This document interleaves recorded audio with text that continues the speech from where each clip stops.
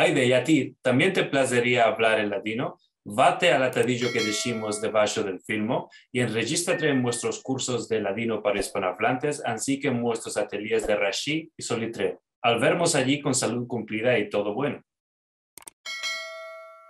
Ya sabes que en el ladino, hoy en día hay mucha gente que conoce solamente unos poquiticos verbos en la lengua, no puede tener una conversación entera, más conoce. Y por esto que nos estás contando de tu primer contacto con el ladino es un poquitico en esta línea de gente que pueden decir, pacharico, hermosico, conocen a un poquitico de comida sefaradí, ya puede ser, no por esto son capaces de tener una conversación entera en esta lengua.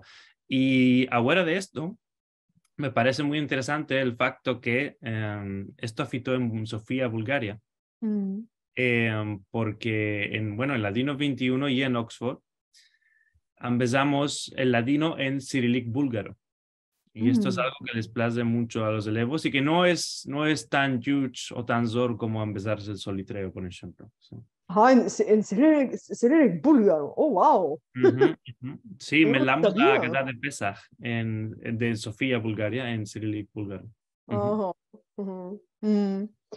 Yo no sabía que existía también en cirílico búlgaro, Sí, porque sí, sí. pensaba que existía solo en Solitreo o en Blarashi y, claro, en alfabeto latino, ¿no? Pensaba. Ah, Ahora, no sabía. sí, sí, te pedimos un poco. Dijiste que no sabías que existía el El cirílico. ladino en Sí. cirílico búlgaro, sí. Ujú. El Ujú. ladino en cirílico búlgaro, sí. Existe y en cirílico búlgaro y en cirílico serbo también. Hay libros de Ujú. tefilot, de oraciones. Ujú. Sí. A mí me place más empezar el cirílico búlgaro, porque tenemos más material, más páginas. Mm, ujú, Ujú. ujú, ujú. Y ahora de esto, seguro que tú estás también en JAIPIA, que es la Asociación Internacional de Hiperpolíglotas del mundo. Y aunque esto quiere decir que, además del ladino, también hablas otras lenguas. ¿Qué lenguas hablas ahora del ladino? Sí, sí. Primero quiero decir que el latino pues, no lo hablo bien y es una lengua que empecé pasivamente leyendo Latino Comunidad, este Ujú, foro.